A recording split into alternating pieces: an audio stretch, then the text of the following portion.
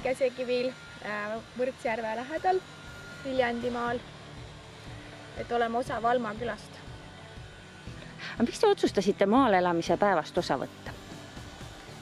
Et inimestel tekiks ka julgust maal elama tulla, et linnast ära, et see linnastumise trendi ümber pöörata natukene, et oma panus anda võib-olla. Meie ei ole hetkekki kahetanud seda otsust. Ja tulime Nõmmelt, sai meie teekond maale alguse.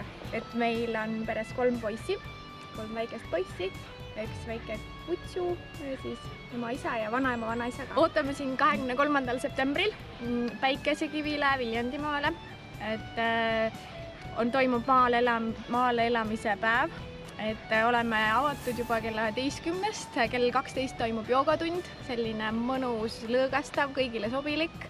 Seejärel saad külastada meie kodukohvikut ja tulla suitsusauna, mis on kogemus omaette. Tere tulemast!